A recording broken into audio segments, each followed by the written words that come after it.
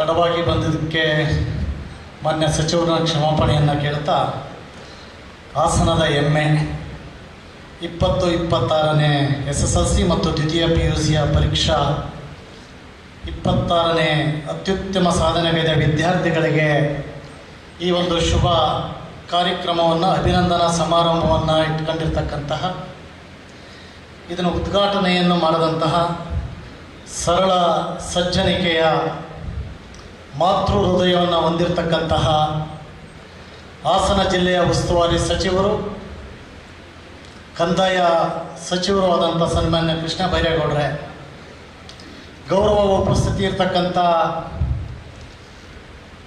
ಕರ್ನಾಟಕ ಗೃಹ ಮಂಡಳಿಯ ಅಧ್ಯಕ್ಷರು, ಅರಸೀಕೆರೆ ವಿಧಾನಸಭಾ ಕ್ಷೇತ್ರದ ಶಾಸಕರು, ಹಿರಿಯರು ಆದಂಥ ಸನ್ಮಾನ್ಯ ಶಿವಲಿಂಗೇಗೌಡರೇ, ಈ ಕಾರ್ಯಕ್ರಮದ ಘನ ಅಧ್ಯಕ್ಷತೆಯನ್ನು ವಹಿಸಿರ್ತಕ್ಕಂಥ ಈಗ ತಾನೇ ಮಾತಾಡಿದಂತಹ ಹಾಸನ ವಿಧಾನಸಭಾ ಕ್ಷೇತ್ರದ ಶಾಸಕರಾದಂಥ ಸನ್ಮಾನ್ಯ ಸ್ವರೂಪ್ ಪ್ರಕಾಶ್ ಅವರೇ, ಮತ್ತೋರ್ವ ಸಹೋದರ ಹಾಸನ ಮಾನ್ಯ ಸಂಸದರಾದಂಥ ಆತ್ಮೀಯರಾದಂಥ ಶ್ರೇಯಸ್ ಪಟೇಲ್ರವರೇ, ಈಗ ತಾನೇ ಮಾತಾಡಿದಂತಹ ಹಿರಿಯರಾದಂಥ ಸನ್ಮಾನ್ಯ ಪಟೇಲ್ ಶಿವಪ್ಪನವರೇ, ಪ್ರಾಧಿಕಾರದ ಅಧ್ಯಕ್ಷರು, ನಮ್ಮ ಜಿಲ್ಲಾಧಿಕಾರಿಗಳ ಆದಿಯಾಗಿ ವೇದಿಕೆ ಮೇಲೆ ಇರ್ತಕ್ಕಂಥ ಎಲ್ಲ ಅಧಿಕಾರಿ ಮಿತ್ರರೇ, ವೇದಿಕೆ ಮುಂಭಾಗದಲ್ಲಿ ಇರ್ತಕ್ಕಂಥ ಈ ಕಾರ್ಯಕ್ರಮದ ಕೇಂದ್ರ ಬಿಂದುಗಳಾದಂತಹ ಸನ್ಮಾನಿತರು ಆದಂತಹ ಎಲ್ಲ ನನ್ನ ಆತ್ಮೀಯ ವಿದ್ಯಾರ್ಥಿನಿಯರೇ, ವಿಶೇಷವಾಗಿ ಪೋಷಕ ಮಿತ್ರರೇ, ನನ್ನ ಮಾಧ್ಯಮ ಆತ್ಮೀಯ ಮಿತ್ರರೇ, ಬಹುಶಃ ಕಾರ್ಯಕ್ರಮಕ್ಕೆ ತಡವಾಗಿ ಬಂದೆ, ಹಾಗಾಗಿ ಜಾಸ್ತಿ ಮಾತಾಡ್ಲಿಕ್ಕೆ ಹೋಗಲ್ಲ. ಹಾಸನ ಜಿಲ್ಲೆಗೆ ಇತಿಹಾಸ ಇದೆ. ಅದೇ ರೀತಿಯಲ್ಲಿ ಈ ಕಾರ್ಯಕ್ರಮವನ್ನು ನಿರೂಪಣೆ ಮಾಡಲಿಕ್ಕೆ ಅವರಿಗೆ ಮನಸ್ಸು ಕೊಡ್ತಕ್ಕಂಥ ನಮ್ಮ ಕೃಷ್ಣ ಬೈರೇಗೌಡರಿಗೂ ಇತಿಹಾಸ ಇದೆ ಅಂತಕ್ಕಂಥದ್ದನ್ನು ಈ ಸಂದರ್ಭದಲ್ಲಿ ನಾನು ಹೇಳಬೇಕಾಗುತ್ತೆ. ನಾನು ಬರಬೇಕಾದಾಗ ನೋಡಿದೆ, ಇವತ್ತು ಸನ್ಮಾನ ಸ್ಟೂಡೆಂಟ್ಸ್ಗೆ, ಆದರೆ ನಮ್ಮ ಕೃಷ್ಣ ಬೈರೇಗೌಡರೇ ಸ್ಟೂಡೆಂಟಾಗಿ ನಿಂತಿದ್ದಾರೆ ಅಲ್ಲಿ. ಅದು ವಿಶೇಷ. ಎಂಟ್ರೆನ್ಸಲ್ಲಿ ಫೋಟೋಗಳನ್ನ ನೋಡಿದಾಗ ನಾನು ಯಾವುದೋ ಸ್ಟೂಡೆಂಟ್ಸ್ಗಳು ಫೋಟೋ ಹಾಕಿದ್ದಾರೆ ಅಂತ ದೂರದಿಂದ ನೋಡಿದಾಗ, ಹತ್ರಕ್ಕೆ ಬಂದು ನೋಡಿದಾಗ ಅವರೇ, ಅಂದರೆ ಸ್ಟೂಡೆಂಟ್ಸ್ಗಳ ಥರ ಆಗಿರಬೇಕು ಅಂತಕ್ಕಂಥದ್ದಕ್ಕೆ ಇದೊಂದು ಸಂದೇಶವನ್ನು ಸಹ ಕೊಟ್ಟಿದ್ದಾರೆ ಅಂತಕ್ಕಂಥದ್ದನ್ನು ಈ ಸಂದರ್ಭ ಹೇಳಬೇಕಾಗುತ್ತೆ. ಬಹುಶಃ ನಾನು ಪ್ರಥಮದಲ್ಲಿ ವಿದ್ಯಾದೇವತೆಯಾದಂಥ ಸರಸ್ವತಿಯನ್ನು, ಶಾರದಾಂಬೆಯನ್ನು, ಹಾಸನದ ಆದಿದೇವತೆಯಾದಂಥ ಹಾಸನಾಂಬೆಯನ್ನು ಸ್ಮರಣೆಯನ್ನು ಮಾಡಿಕೊಂಡು, ಇದು ನಿಜವಾಗ್ಲೂ ಸಹ ಒಂದು ಉತ್ತಮವಾದಂಥ ಸಾಧನೆ. ಇವತ್ತು ಬೇಕಾಗಿರ್ತಕ್ಕಂಥದ್ದು, ಈ ಜಗತ್ತಲ್ಲಿ ಯಾವುದೂ ವಿಸ್ತಾರ ಆಗಲ್ಲ, ವಿಸ್ತಾರ ಆಗ್ತಕ್ಕಂಥದ್ದು ವಿದ್ಯೆ ಮಾತ್ರ. ಯಾರೂ ಸಹ ಕಿತ್ಕೊಳ್ಳೋದಲ್ಲೇ ಇರ್ತಕ್ಕಂಥದ್ದು ಒಂದೇ ಒಂದು ವಸ್ತು ಯಾವುದು ಅಂದರೆ ಅದು ವಿದ್ಯೆ. ಬೇರೆ ಎಲ್ಲದನ್ನೂ ಸಹ ಕಿತ್ಕೋಬೋದು, ರಾತ್ರಾತ್ರಿನೇ ಆಸ್ತಿನೂ ಬರೆಸ್ಕೋಬೋದು, ಎಲ್ಲ ವಸ್ತುಗಳನ್ನ ಕತ್ಕೊಂಡು ಹೋಗ್ಬೋದು. ಆದರೆ ಕತ್ಕಣದಲ್ಲೇ ಇರ್ತಕ್ಕಂಥ ಯಾವುದಾದ್ರೂ ಒಂದಿದೆ ಅಂದರೆ ಈ ಸಮಾಜದಲ್ಲಿ ಅದು ವಿದ್ಯೆ ಅಂತಕ್ಕಂಥದ್ದನ್ನು, ಅದನ್ನು ಗುರುತಿಸಿ ಇವತ್ತು ಈ ಕಾರ್ಯಕ್ರಮ ಮಾಡ್ತಕ್ಕಂಥದ್ದು.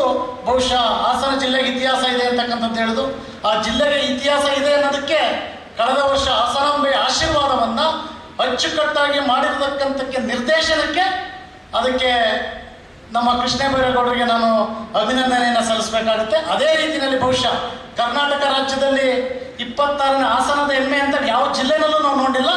ಆ ಜಿಲ್ಲೆ ಹಾಸನದ ಹೆಮ್ಮೆ ಅಂತಕ್ಕಂಥದ್ದಕ್ಕೆ ಒಂದು ಇತಿಹಾಸವನ್ನು ಬರೆದಿದ್ದೀರ.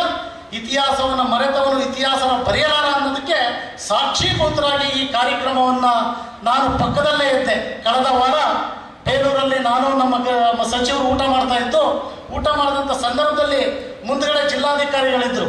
ಅವ್ರಿಗೆ ಯಾವ ಇದಾಯಿತೋ ಗೊತ್ತಿಲ್ಲ, ತಕ್ಷಣ ಮುಂದಿನ ಒಂದು ವಾರದಲ್ಲಿ ಒಂದು ಸರ್ಕಾರದಿಂದ ಒಂದು ಕಾರ್ಯಕ್ರಮವನ್ನು ಮಾಡೋಣ, ಅತಿ ಹೆಚ್ಚು ಅಂಕಗಳನ್ನ ತಡೆದಿರ್ತಕ್ಕಂಥ 8 ತಾಲೂಕಿನಲ್ಲೂ ಸಹ SSLC ಮತ್ತು PUC ನಮ್ಮ ವಿದ್ಯಾರ್ಥಿಗಳನ್ನ ಕರೆದು ಅವರಿಗೆ ಗೌರವಿಸ್ತಕ್ಕಂಥ ಕೆಲಸವನ್ನು ಮಾಡೋಣ ಅಂತಕ್ಕಂಥದ್ದು ಹೇಳಿದರು. ಅವಾಗಲೇ ಅಂದ್ಕೊಂಡೆ ನಾನು, ಬಹುಶಃ ಇದು ದೂರದೃಷ್ಟಿಯ ಒಂದು ಸಂಕೇತ.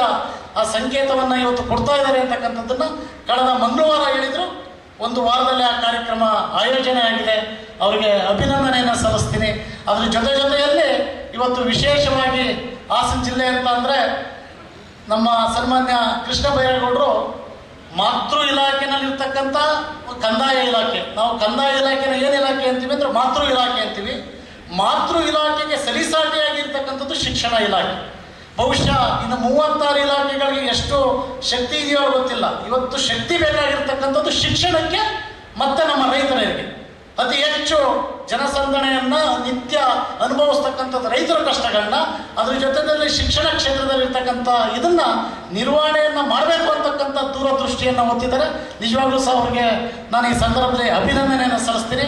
ಅದ್ರ ಜೊತೆಯಲ್ಲಿ ಇವತ್ತು ಸರ್ಕಾರ KPSC ಶಾಲೆಗಳ ಮುಖಾಂತರ ಸನ್ಮಾನ್ಯ ಮಧು ಬಂಗಾರಪ್ಪನವರು ಅನೇಕ ಯೋಜನೆಗಳನ್ನ ಜಾರಿಗೆ ತಂದಿರ್ತಕ್ಕಂಥದ್ದು ನಮಗೆಲ್ಲ ಗೊತ್ತಿದೆ. ಏಕೆಂದರೆ ಇದ್ದಾಗ ಹೇಳ್ತಕ್ಕಂಥದ್ದಲ್ಲ, ಯಾರು ಇರೋದಿಲ್ಲ ಅವ್ರ ಬಗ್ಗೆ ಪ್ರಶಸ್ತವನ್ನು ವ್ಯಕ್ತಪಡಿಸ್ತಕ್ಕಂಥದ್ದು ನಮ್ಮ ಕರ್ತವ್ಯ ಇರಬೇಕು. ನಾನು ಸಹ ಹತ್ತಿರದಿಂದ ನೋಡಿದ್ದೀನಿ. ನಮ್ಮ ಜಿಲ್ಲೆಗೆ ಒಂದು ಸಭೆಯನ್ನು ಮಾಡಿದರು, ಸಲಹೆಗಳನ್ನ ತಗೊಂಡ್ರು. ಯಾವ ರೀತಿ ಮಾಡಿದರೆ ನಾವು ಕಟ್ಟಕಡೆಯ ಹಳ್ಳಿಯನ್ನು ತಲುಪಬಹುದು, ವಿದ್ಯಾರ್ಥಿಯನ್ನು ಅಲ್ಲಿಂದ ಸೃಷ್ಟಿಯನ್ನು ಮಾಡ್ಬೋದು ಅಂತಕ್ಕಂಥದ್ದು ಇವತ್ತು ಸನ್ಮಾನ್ಯ ಮಧು ಬಂಗಾರಪ್ಪನವರಿಗೆ ಶಿಕ್ಷಣ ಇಲಾಖೆಯನ್ನು ಒಂದಿಷ್ಟು ಸುಧಾರಣೆಯನ್ನು ತಂದಿದ್ದಾರೆ. ಅವ್ರಿಗೆ ನಮ್ಮ ಕೃಷ್ಣೇಗೌಡರ ಮುಖಾಂತರ ಅಭಿನಂದನೆಯನ್ನು ಸಲ್ಲಿಸ್ತಕ್ಕಂಥ ಕೆಲಸವನ್ನು ಮಾಡ್ತೀನಿ. ಯಾರು ಒಳ್ಳೆ ಕೆಲಸವನ್ನು ಮಾಡ್ತಾರೆ ಅದನ್ನು ಎತ್ತಿಡಿತಕ್ಕಂಥ ಸಾಮರ್ಥ್ಯ ನಮಗಿರಬೇಕು. ಯಾವಾಗಲೂ ತಳ್ಳುತ್ತಕ್ಕಂಥದ್ದೇ ಅಲ್ಲ, ಒಳ್ಳೆಯದನ್ನ ಒಳ್ಳೆಯದು ಅನ್ಬೇಕು, ಕೆಟ್ಟದ್ದನ್ನ ಕೆಟ್ಟದ್ದು ಅನ್ನಬೇಕು. ಅವಾಗ ಮಾತ್ರ ಸಮಾಜಕ್ಕೆ ಈ ಒಂದು ಏನು ದೂರದೃಷ್ಟಿಯನ್ನು ಇಟ್ಕೊಂಡಿರ್ತಕ್ಕಂಥ ವಿದ್ಯಾರ್ಥಿಗಳಿಗೆ ಒಂದು ಸಂದೇಶವನ್ನು ಕೊಟ್ಟಂಗಾಗುತ್ತೆ. ನಾನು ನನ್ನ ವಿದ್ಯಾರ್ಥಿ ಮಿತ್ರರಲ್ಲಿ ಒಂದು ಮನವಿ, ನಿಮ್ಮ ಕನಸುಗಳೇನಿದೆ, ನಿಮ್ಮ ನೆನಸುಗಳೇನಿದೆ, ಜೊತೆಯಲ್ಲಿ ನಿಮ್ಮ ತಂದೆ ತಾಯಂದಿರ ಕನಸುಗಳೇನಿದೆ ಅದನ್ನು ನೆರವೇರಿಸ್ತಕ್ಕಂಥ ಕೆಲಸವನ್ನು ಆ ಭಗವಂತ ನಿಮಗೆ ಶಕ್ತಿಯನ್ನು ಕೊಟ್ಟಿದ್ದಾನೆ. ಈ ಸಮಾಜದಲ್ಲಿ ಯಾರು ಏನು ಬೇಕಾದರೂ ಆಗ್ಬೋದು, ಬಡವ ಬಲ್ಲಿಗ ಅಂತಕ್ಕಂಥದ್ದಿಲ್ಲ. ಯಾವುದರಲ್ಲಿದ್ರೂ ಸಹ ವಿದ್ಯೆನಲ್ಲಿ ಅದಿಲ್ಲ.